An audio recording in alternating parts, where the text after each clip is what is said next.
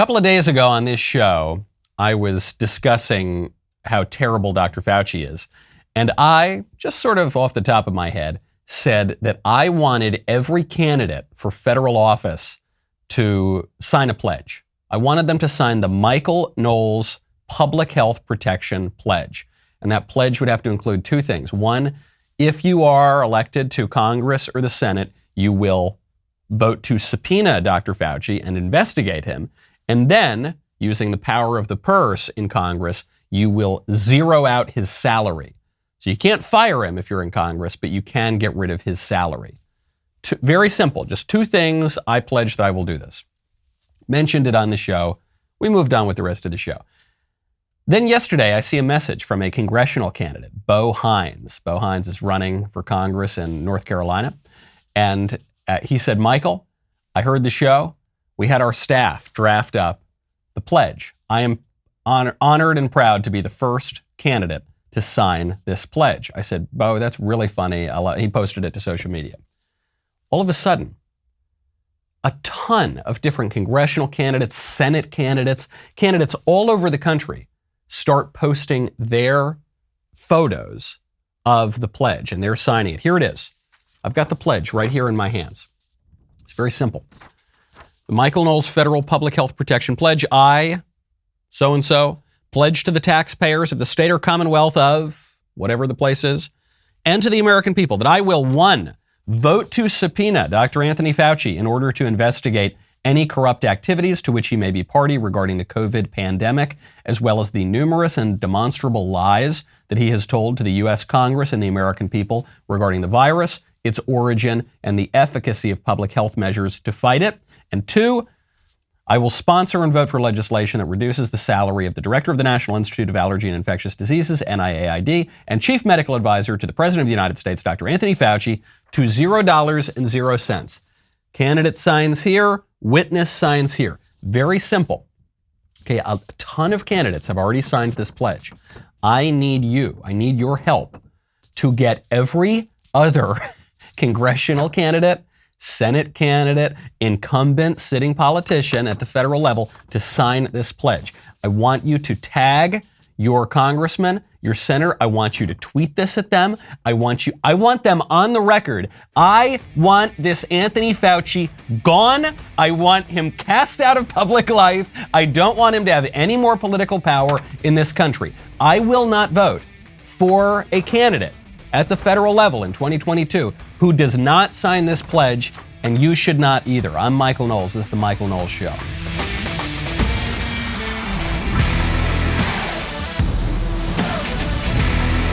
Welcome back to the show. My favorite comment yesterday is from Steve Robson, who says, what most protects people from COVID-19?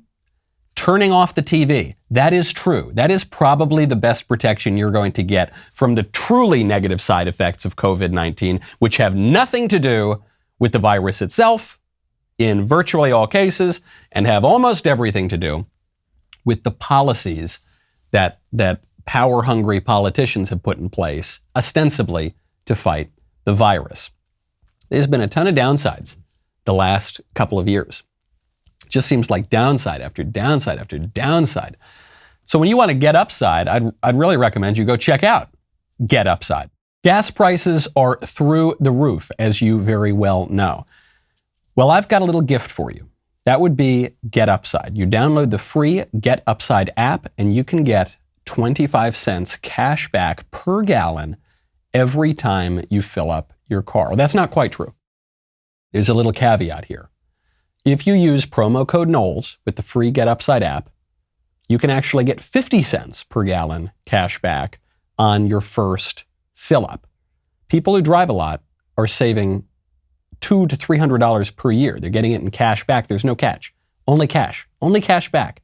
Goes to your bank account, goes to PayPal if you prefer, goes to an Amazon gift card or some other shop if you like. It's very simple. You download the free Get Upside app, use promo code Knowles to get 25 cents per gallon or more cash back on your first tank. That is code Knowles, Knowles. Do not let this very difficult economy and all these gas prices get you down too much.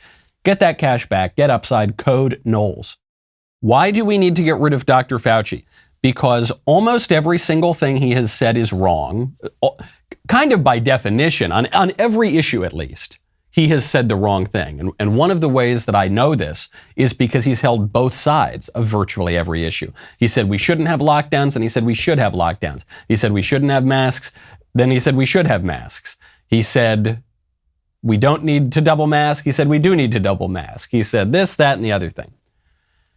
The lockdowns in particular have been killers. They've been killers. Deaths of despair are through the roof. Especially drug overdoses. I think they jumped something like 30% in 1 year. Why? Because people were kept away from their support networks. They were kept away from what was considered to be elective medical help, various tests, screenings, counseling. They were locked up in their rooms, and they had very little to do. What are you going to do in that world? There are lots of other negative effects of the lockdowns. These poor kids, the kids who aren't allowed to see their friends, who aren't allowed to develop normally, are just locked up. You had teen anxiety. You had all sorts of teenage problems going through the roof. Well, turns out that the lockdowns very likely were completely pointless from a medical perspective. There's a study out of Johns Hopkins that says, here it is, Studies in Applied Economics. It's something like a 70-page study. Here's the first part of it. Studies in Applied Economics, a literature review and meta-analysis of the effects of lockdowns on COVID-19 mortality. It says the lockdowns were pointless. Quote, while this meta-analysis concludes that lockdowns have had little to no public health effects, they have imposed enormous economic and social costs where they have been adopted. In consequence, lockdown policies are ill-founded. Goes on, the evidence fails to confirm that lockdowns have a significant effect in reducing COVID-19 mortality. The effect is little to none. The use of lockdowns is a unique feature of the COVID-19 pandemic. Lockdowns have not been used to such a large extent during any of the pandemics in the past century. However, lockdowns during the initial phase of the COVID-19 pandemic have had devastating effects. They have contributed to reducing economic activity, raising unemployment, reducing schooling, causing political unrest, contributing to domestic violence, and undermining liberal democracy. These costs to society must be compared to the benefits of lockdowns, which our meta-analysis has shown are marginal at best. Such a standard benefit cost calculation leads to a strong conclusion. Lockdowns should be rejected out of hand as a pandemic policy instrument. What the left has been telling us from almost day one, certainly since they started to endorse these lockdowns, is, look, it's unpleasant. No one wants to do it. It's tough. It's hard. But you need to do it to flatten the curve and slow the spread and save your fellow man. It's patriotic, they told us, to lock down. Yes, it's hard, but we're sacrificing. We're sacrificing for the greater good, except we're not. We were sacrificing for the bad. We were sacrificing for the greater bad. Because according to this study, this meta-analysis of many other studies from Johns Hopkins, the lockdowns had little to no public health benefit or really effect at all, and lots of devastating consequences from society by many other metrics. Yeah, of course. Of course, we knew that. We knew this is nothing new.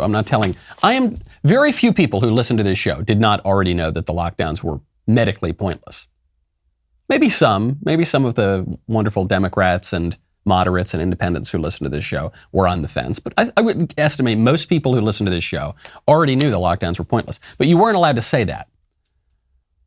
You weren't allowed to say that. You could be censored. You could be contradicting the expert opinion of the geniuses at the CDC and Dr. Fauci and Joe Biden, all those experts and geniuses. You could be kicked off of social media for saying that. If you pointed out that the lockdowns were politically very useful for the people in power, medically not very useful at all.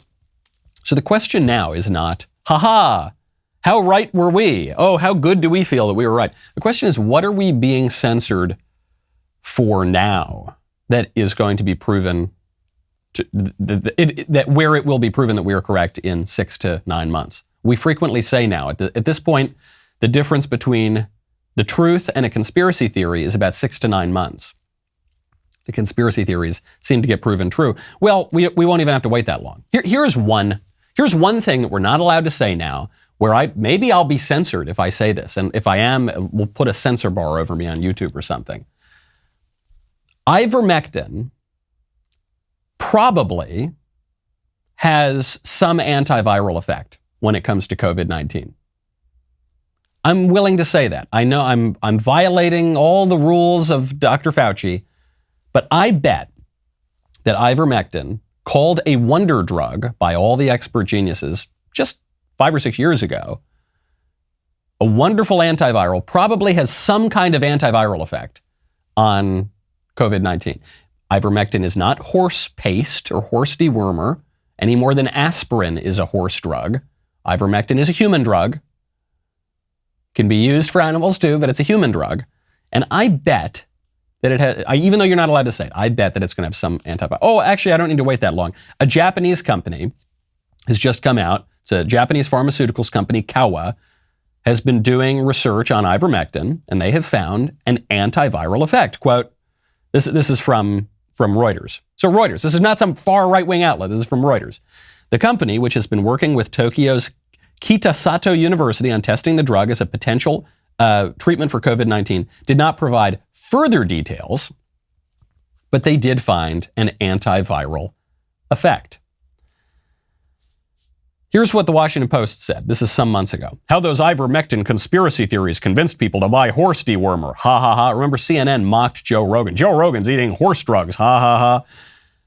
A bunch of media figures suggested that ivermectin overdoses were killing people and sending them to Oklahoma hospitals. That was completely made up. That was just a 100% fake news story, as the Daily Wire debunked. The FDA even said it. They said, quote, "You are not a horse. You are not a cow. Seriously, y'all, stop it. Ha ha ha. We're the geniuses. We're the experts. Stop. That ivermectin has there's a 0% chance that has any antiviral effect. Oh, whoopsie daisy." Just one Japanese pharmaceutical company that has the chutzpah to look into it says, oh yeah, it looks like it might have antiviral properties. What are we told now is impossible? What are we censored for saying now that's going to be proven true in 6 months? I don't know. You're going to hear it on this podcast whenever it is proven true. Another great podcast to listen to, Jordan Harbinger. Have you still not checked out the Jordan Harbinger Show? This is a top shelf podcast named Best of Apple in 2018. Jordan dives into the minds of fascinating people, from athletes to authors to scientists to mobsters to spies. Harbinger has a talent for getting his guests to share never heard before stories and thought-provoking insights. Without fail, he pulls out tactical bits of wisdom in each episode, all with the noble intent to make you more informed, make you a more critical thinker, better able to operate in today's world. He's got a strangely relatable weekly segment called Feedback Friday, where Jordan covers advice on everything from psycho-family situations to relationships to networking. You can't go wrong by adding the Jordan Harbinger Show to your rotation. It's a great show. There's never a dull show. Search for the Jordan Harbinger Show. That is H-A-R-B as in boy, I-N as in Nancy, G-E-R as in really. Go check it out on Apple Podcasts, Spotify, or wherever you listen to your podcasts. That is the Jordan Harbinger Show. Do you know how I knew that the lockdowns were going to be proven to be medically pointless? Do you know how I knew that the cloth masks were going to be proven to be medically pointless, as now all of the health experts admit, as the CDC admits, as the CNN medical analyst admits? Do you know how I knew that there were going to be side effects, at least in some cases, in some number of cases, from the vaccines? Do you know how I knew all of those things were eventually going to be proven true, as they have been proven true? Because of the pushback.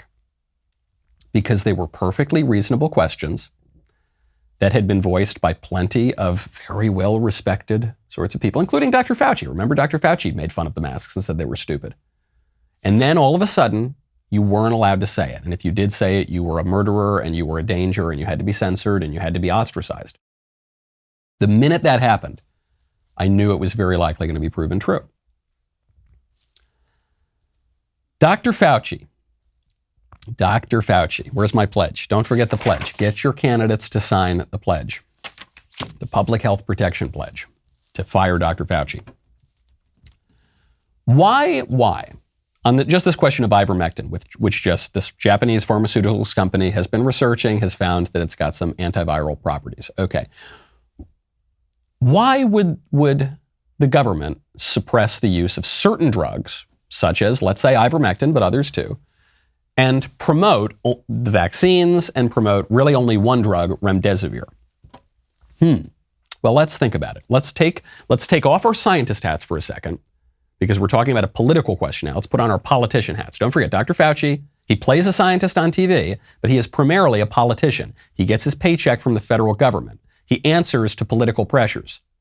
He's one of the most powerful politicians in America. Why would the government discourage the use of certain therapeutics? There's two reasons I can see. Money and power. When you're talking about politics, usually it's going to boil down to those two things: money and power. Dr. Fauci has always been a big promoter of vaccines. I'm not even saying it comes from a place of dishonesty. He just believes that vaccines are the best way to improve the public health. This was true during AIDS. This was true during the 2000s, during some of the bioterrorism scares. That is true today. He's all about vaccines first. So if you're promoting the vaccines and the widespread adoption of vaccines, it would stand to reason that you might want to discourage the use of therapeutics. Because if there's a very simple therapeutic to deal with some kind of epidemic, then people are going to be discouraged from getting the vaccine. Why would I take some experimental vaccine or some experimental drug that even doesn't have all the properties of a vaccine when I could just get the virus? If the virus isn't that bad, I can just take a therapeutic and I'll most likely be fine. So you've got to suppress the use of longstanding, well-known therapeutics. But then, okay, what about, in this case, the public health establishment is really pushing one therapeutic above all and almost exclusively. That would be remdesivir. Remdesivir is this drug. It's the one drug that the federal government seems to be really pushing. Why might they be pushing it? I guess it could be because in their medical opinion, and their totally unbiased medical opinion, remdesivir is by far the best drug. Except there have been a lot of articles in mainstream outlets, including ABC, NBC, Forbes, that have suggested that remdesivir doesn't really work that well. Might it have something to do with the fact that some of these older, long-standing treatments that we've all heard about cost, I don't know, $10 a shot, and remdesivir costs $3,500 per treatment? Remdesivir, produced by Gilead, which spent almost $2.5 million lobbying the federal government in the first quarter of 2020. Who knows how much since then? Might it have some, I'm not even suggesting some massive conspiracy where people are hiding out in bunkers and smoke-filled rooms cooking up ways to take over the world. I'm just suggesting basic politics. Power and money. Those are very important things. And if you're a politician and you are offered a way to increase your or maintain your power and to be influenced by some amount of money, that's going to have an effect. That almost always does have an effect. Maybe that has something to do with it. Are you even allowed to ask that? Are we even allowed to ask about money and influence in politics anymore? Or is that's a conspiracy theory too? Because the left was babbling on about that for many, many years, many, many decades. But now that they're the ones who are trying to maintain their influence and their money, all of a sudden we're not allowed to talk about it. Okay, makes sense, right? Speaking of really bad Democrat policies, and actually the public health as well, there is a crime epidemic through this country. The crime epidemic, which if it gets a hold of you, is going to be a whole lot deadlier than any kind of virus. Bullets tend to be a lot deadlier than most viruses. You've got this crime spreading all around the country. Jen Psaki was just asked about this because the Democrats are widely perceived to be soft on crime. She laughs off the answer. If you look at Fox on a daily basis, I mean, do you remember the 4 boxes that we had on all the TVs, right? Which is on my TV right now. So right now, just to give you a sense, so CNN, Pentagon, as many as 8,500 U.S. troops on heightened alert. Okay, true. Same on MSNBC. CNBC is doing their own thing about the market. And then on Fox is Jeanine Pirro talking about soft on crime consequences. I mean, what does that even mean, right? So there's an alternate universe on some coverage. What's scary about it is a lot of people watch that. It's like, what does that even mean? Soft on crime? What does that even mean? Does it mean that violent crime is up 23% nationally? I guess that's what it could mean. Does it mean that homicides are up 58% in Atlanta, Democrat-run city? Or that homicides are up 533% in Portland, Democrat-run city? Or that homicides are up 37% Philadelphia, Democrat-run city? Or that shootings are up 54% in New York? Is that I just want to check, it's a Democrat-run city? Or does that mean that shootings are up 18% in Democrat-run Chicago? The shootings were already so high in Chicago, it's hard for them to go any higher, but they managed to go a little bit higher, 18%. Or that they're up 51% in Los Angeles, a Democrat-run city. Maybe that's what it means. What does that even mean, soft on crime? Jen Psaki probably doesn't know what it means. Jen Psaki probably doesn't know what it means because she doesn't live in bad neighborhoods. She lives, I imagine, in a pretty nice neighborhood. I bet everyone who works for the Biden administration lives in a pretty nice neighborhood. They never have to deal with the consequences of their policies. And what are those policies? Abolish the police, defund the police, install soft prosecutors who simply refuse to prosecute violent criminals, who let them out of jail when they're in jail and don't send them to jail in the first place when they have the opportunity. These aren't my words. Abolish the police is not my phrase. Defund the police is not my phrase. Abolish prisons is not my phrase. Over-incarceration is not these are Democrat phrases, Democrat campaigns and policies that have led to a massive crime surge that Jen Psaki and Joe Biden and none of these people are ever going to deal with because they live in really nice neighborhoods. And so they're focused on things that really matter to them, like Ukraine, which not one person in actual America who isn't working for the liberal establishment in the media, in the elite echelons of government, not one other person cares about Ukraine. Do we need to make sure that we defend certain allies and oppose certain threats at the level of geopolitics? Yeah, sure. Okay, fine. I'm not disputing that. But people care much, much more about their own neighborhoods in New York and Chicago and Los Angeles than they care about freaking Kiev. Much, much more. And this glib dismissal of people's concerns is the reason why the Democrats' approval ratings are in the gutter right now, why Joe Biden is at 30%. And by the way, he's basically the most popular person in his administration. Everyone in the administration is in the 30s right now. And the policies are continuing. What does soft on crime look like? Here's one story. This is from DHS. Department of Homeland Security has decided not to deport a man named Heriberto Fuerte Padilla. Heriberto Fuerte Padilla is an illegal alien. He was not deported for the long period of time that he lived in America. He got drunk, drove a car, and killed a teenager in Texas, an American teenager in Texas. Killed her. Oh, and then he fled the scene. So it was a hit and run. He fled the scene. He was arrested. They were going to deport him finally. Too late, apparently, but they were going to deport him. And then DHS decided, nope, we're not going to deport him. We're not even going to deport a drunk driving illegal alien who killed a teenager. That's what soft on crime means, Jen Psaki. Really, really frustrating stuff, because when you are relying on the people that we've traditionally trusted to help you out, help you fix up things in your community, you're going to be disappointed. So you got to fix things yourself. When you want to go fix things yourself, when you want to get auto parts yourself, you really should go check out Rock Auto. A lot of people make New Year's resolutions. I'm going to work out. I'm going to eat less. I'm going to drink less. Okay, right, whatever. Here's one for you.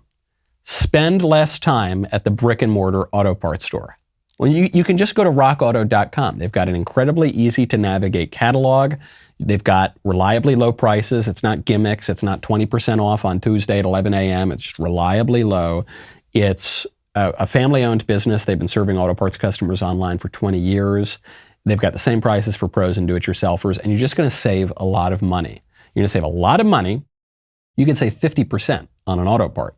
But you're also going to save a lot of time, which is money, because you're not going to have to get in the car and drive to the place and wait in line. And then the guy goes in the back. He first peppers you with questions. He goes in the back. They don't have the part. He tells you got to wait. You got to drive back. You got to wait 2 weeks. Don't do it. Go to rockauto.com right now. See all the parts available for your car or truck. And then write Knowles, Knowles, in their How Did You Hear About Us box so they know that we sent you. The final part of Candace Owens' exclusive interview with Dr. Robert Malone aired last night and is now streaming only at the Daily Wire, dailywire.com. Get ready for part 2. It's airing tonight at 9 p.m. Eastern, 8 p.m. Central. Take a look at the preview. In order to evaluate any vaccine, you want to hear both sides of an argument. All media and information that we are currently encountering is manipulated. I want to jump in and talk about when your interview with Joe Rogan started going viral. Not only was Google triggered, a whole range of legacy media were triggered. It's an entire ecosystem of illegality and corruption. You should be, and you are appropriately outraged about this. You can judge the value of a society by how it treats its children. Our treatment of our children has been atrocious. This is the red line, right? This is the line. What is it that drives you to keep going toward truth? I've been given the gift that I might be able to make a positive impact. How can I walk away from that?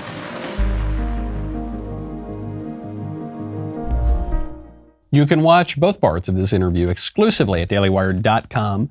Remember, part 2 is premiering tonight, 9 p.m. Eastern, 8 p.m. Central.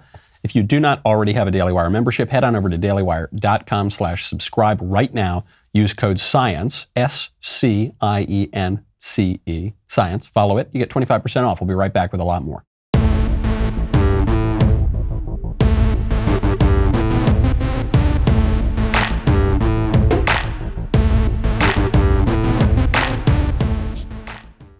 The Department of Homeland Security is refusing to deport a drunk driving illegal alien who killed a Texas teen.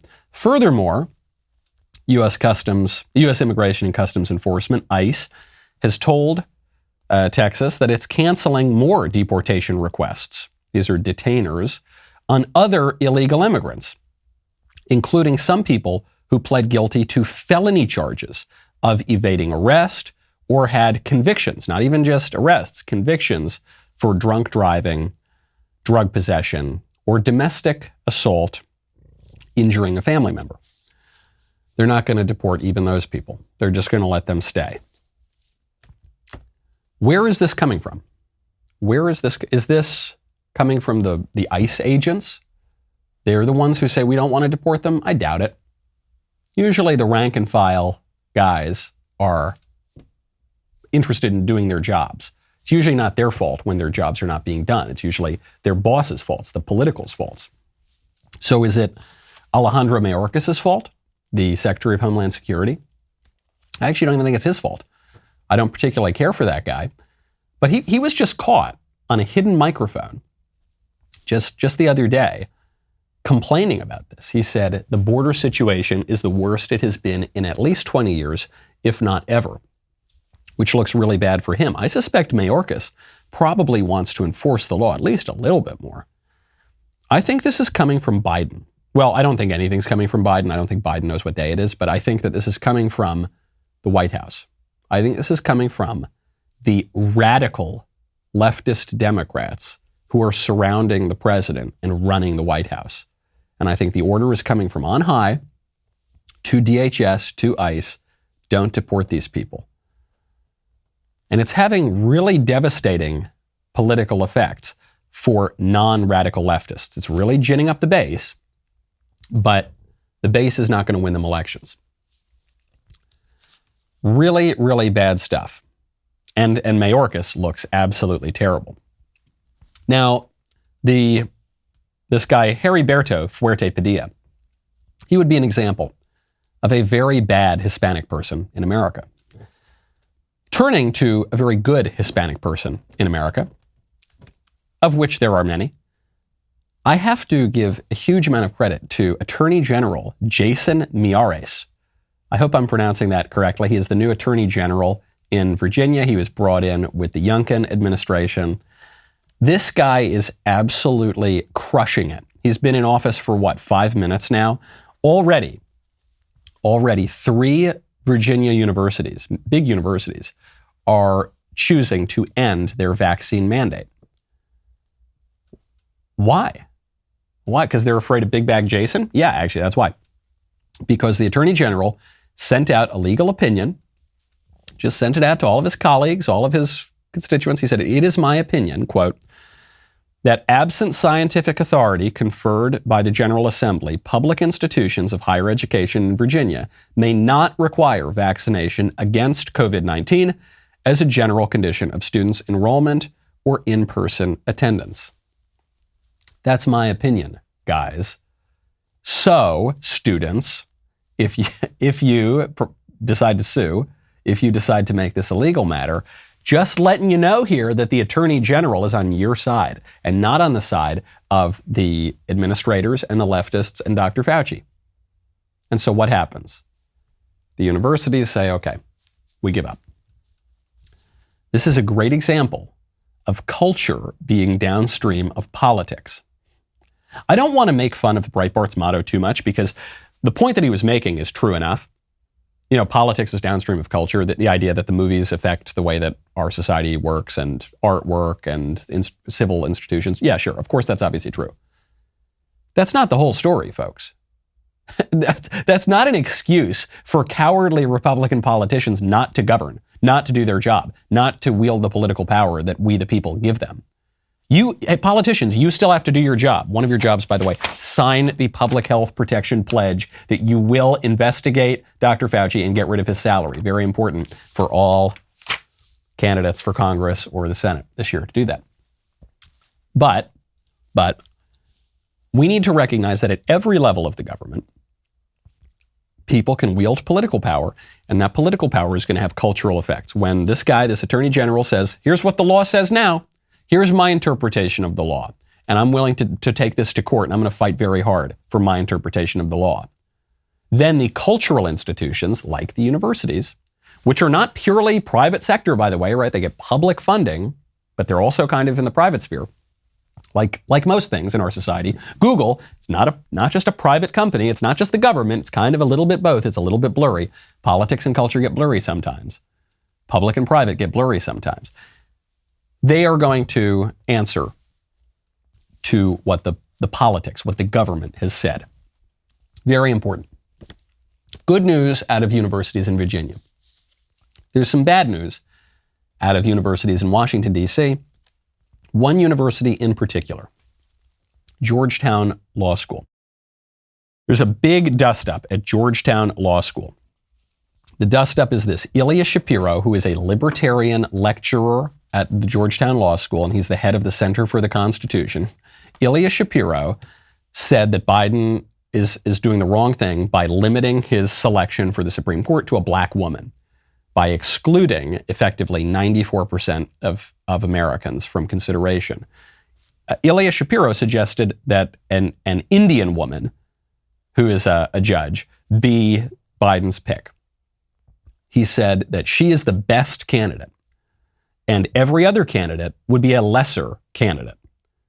And the way he phrased it, I guess, was a little inartful, but he said, it should be this woman, but Joe Biden, because he's playing this identity politics thing, is going to instead nominate a lesser nominee who is a black woman. And this has been, I think, willfully misconstrued by leftists to sound as though Ilya Shapiro is saying that black women as a category are lesser than some other group, which obviously is not what it's just literally not what he's saying, and it's quite clearly in context not the point that he's making. So what happens in this case? Students are disagreeing with a professor, whether because they've misunderstood what he's saying, because these students they're not the creme de la creme, as we will come to see, or because they are willfully trying to misunderstand what he's saying so that they can get rid of him. What do you do? In a good, flourishing society, you would just argue your point calmly, rationally, say that this professor is wrong and he should face X, Y, and Z consequences. But because we're not living in a reasonable time right now, the students are instead huffing and puffing and throwing a temper tantrum and dragging the dean of the law school into a struggle session where they say they need a place to cry. A place to cry, seriously. Georgetown law students, this is a good law school. And these students are saying, we don't have enough places to cry on campus. And the craziest part about the whole story is the dean is indulging them. It's really hard to walk out carrying this. It is really, really hard to walk out of class or a meeting in tears. And you should always have a place on campus where you can go and feel like you're not then also under people's eyes and observation. Maybe you don't want to answer a question of what's going on or what's wrong. And if you're finding that you're not getting the person you want to talk to or not getting a space that you need, reach out to me anytime. And we will find you space, and we will find you the right school. These students do not need places to cry. These students need to shut up, get themselves together, and then behave like adults, behave like future lawyers. There is no crying in the law. There's no crying in baseball. There's no crying in the law. They do need comfort, these students, but they don't need a box of tissues for comfort. They need comfort like we see on the Bio Tapestry. Bio Tapestry, very famous work of Western art, where there is an image of a bishop holding a club, swinging the club at his soldiers. And it says here, Bishop Odo, wielding a club, comforts the boys. I'm not saying we literally need to start clubbing students who cry a lot. But I am saying that we need comfort in that sense, meaning to give strength, to toughen them up, saying, get back in the fight, fellas. No way, sorry, you can't behave like a 6-year-old if you want to be a lawyer, if you want to be at a prestigious law school. If these students can't hear an opinion that they disagree with without bursting into tears, they should be expelled because they're not up to snuff. They're not competent. They're not educated, and maybe they're intelligent enough, maybe not. They're certainly not educated enough to be in law school. And so they need to leave. They need to go away from law school for a little while and grow up. And then maybe they can be at the level where they can attend a prestigious law school. But right now, they're not there if they're bursting into tears because some libertarian makes a perfectly fine point. They're not there.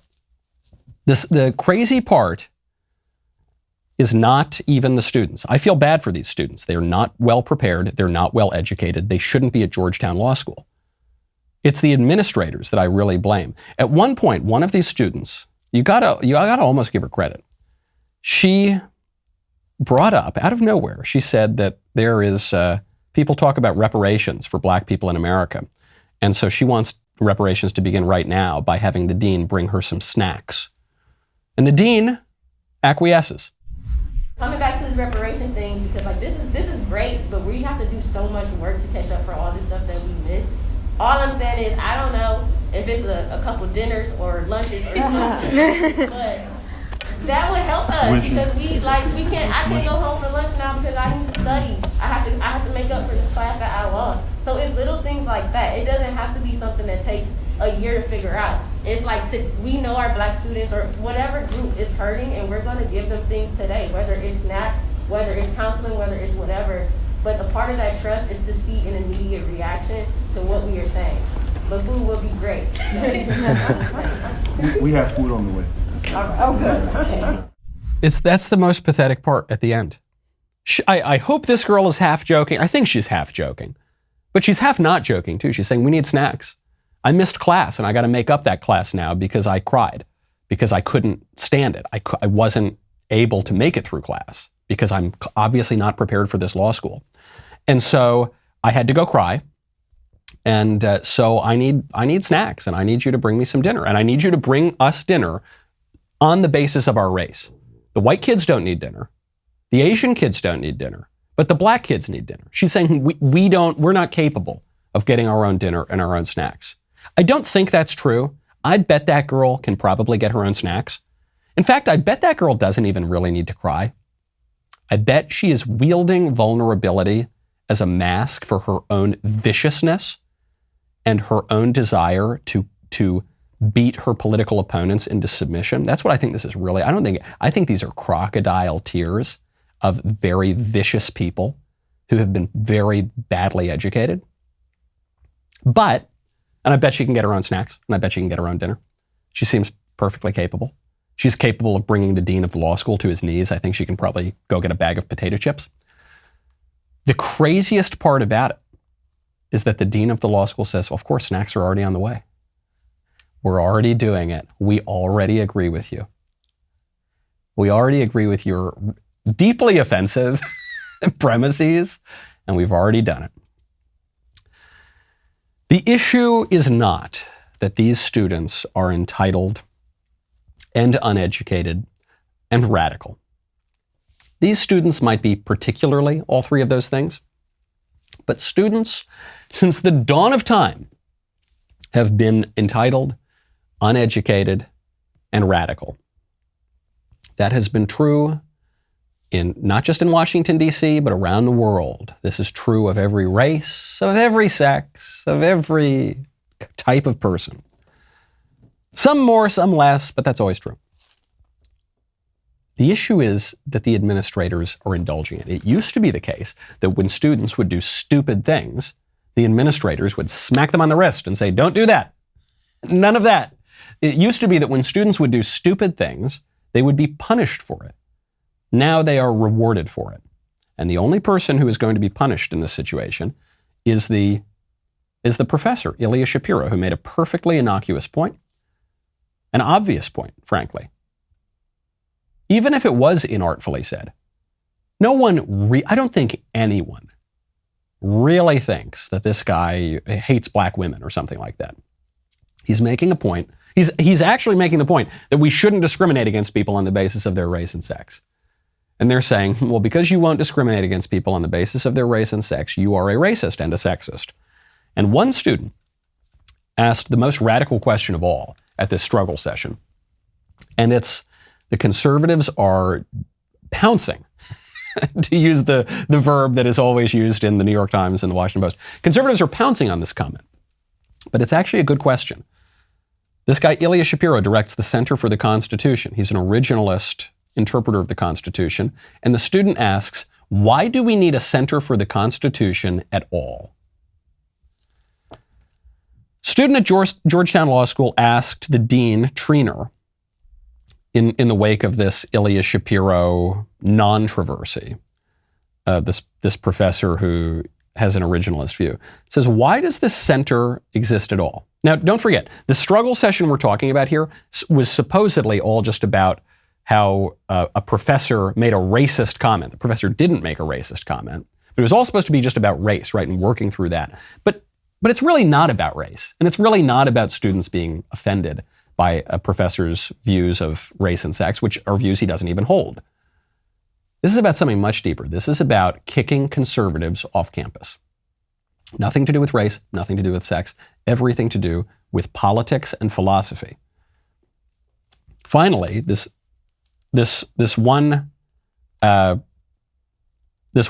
student asks the dean, why does this Center for the Constitution exist at all? So Ilya Shapiro, I misspoke. He doesn't direct the center, but he's affiliated with these views, right? Originalism, and with this center.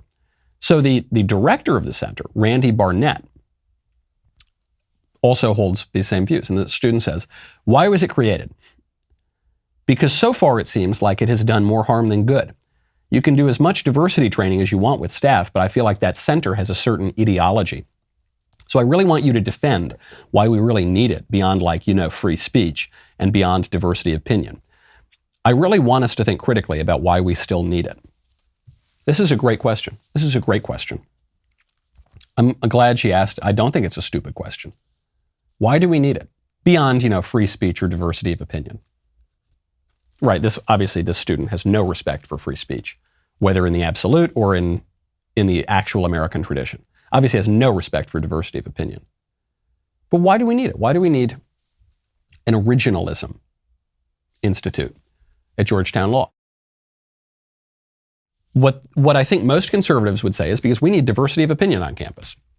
Because we need free speech on campus, right? They would defend it in the abstract. But we don't need every single view on every single subject represented on campus. I don't think that conservatives would necessarily, maybe they would these days, unfortunately, but I don't think we need a Satanist institute on campus, do we? I don't think we need a pedophilia institute on campus, do we? I don't think we need a torture little puppies institute on campus, do we? Well, if Dr. Fauci had his way, we probably would have a torture puppies institute Another reason to sign the pledge, the public health protection pledge that you will investigate and get rid of Dr. Fauci's salary. Make sure you get all of your candidates to sign that. But we don't need those things.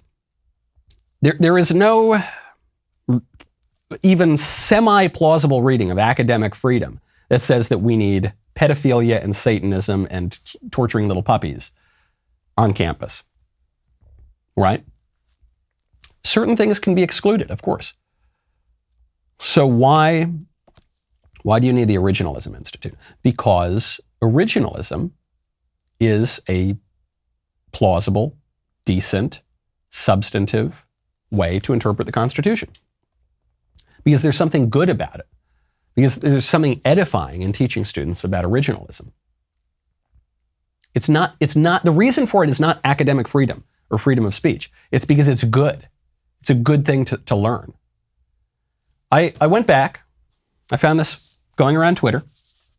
I mean to give credit to whoever posted it, but it was Matthew Schmitz at First Things. Whoever, I'll give him credit, even if he didn't post it. Came back and found an earlier president of Georgetown University in 1950 writing about academic freedom. We were told these were the good old days of academic freedom, right? Except he makes fun of it. He calls it the sacred fetish of academic freedom. He says, in the educational world today, we are witnessing the foolhardy attempt either to bring into being or to understand a thing which has neither form nor matter, is subject to no standard or norm, has neither limitation nor definition, the sacred fetish of academic freedom. This is the soft underbelly of our American way of life, and the sooner it is armor-plated by some sensible limitation, the sooner will the future of this nation be secured from fatal consequences.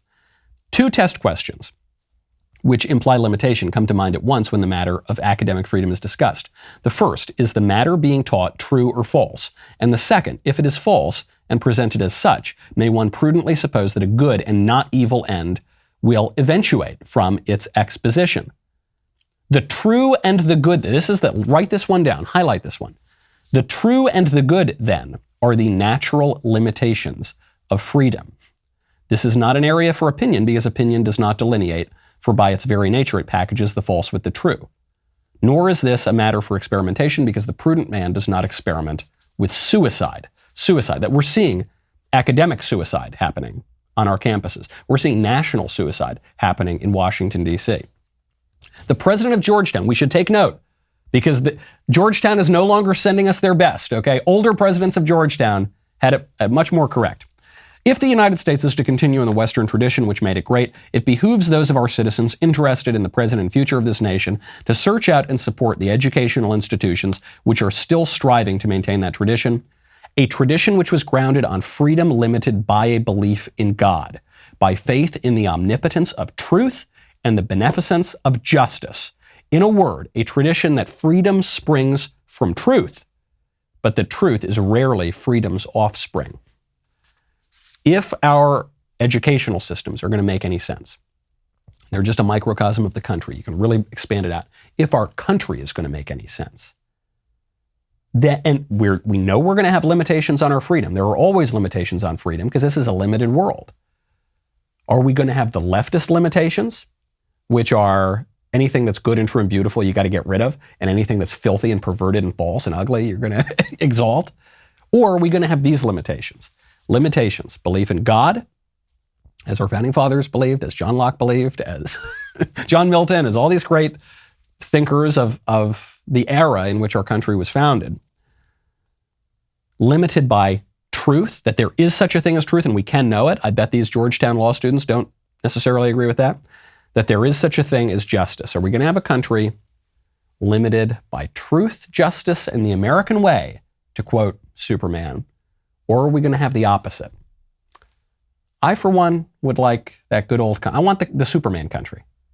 I want the truth, justice, and the American way country. Whatever we got now, people don't really like it. You can tell it by the polls. So let's go back in the other direction. And that's going to involve telling the students who are crying and rending their garments to keep their mouths shut, to go listen to, heaven forfend, educate themselves so that we are all capable of freedom. I'm Michael Knowles. This is The Michael Knowles Show. I'll see you tomorrow.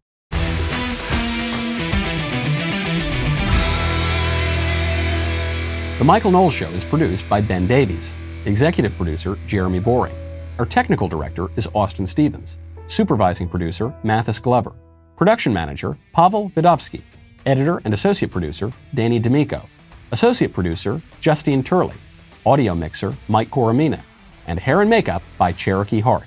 The Michael Knowles Show is a Daily Wire production. Copyright Daily Wire 2022. Today on The Ben Shapiro Show, Whoopi Goldberg gets suspended from The View for 2 weeks. A new study from Johns Hopkins finds that lockdowns had no impact on COVID-19 deaths, and the U.S. national debt. It's $30 trillion. That's today on The Ben Shapiro Show. Give it a listen.